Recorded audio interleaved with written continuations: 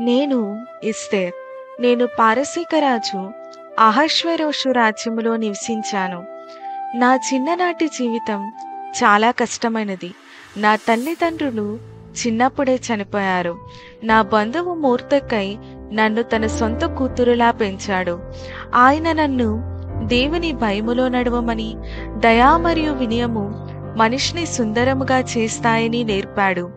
ఒకరోజు రాజు ఆజ్ఞ ఇచ్చాడు.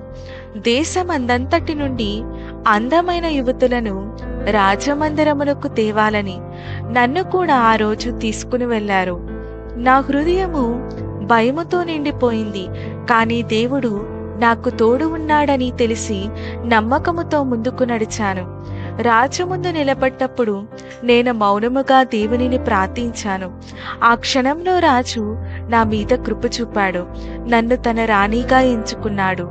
ఆ రోజు నా తలపై కిరీటము ఉంచబడినప్పుడు నా హృదయంలో ఒక వాక్యం ప్రతిధ్వనించింది. దేవుడు తన యోచనను ఎప్పటికైనా నెరవేర్చుతాడు అని.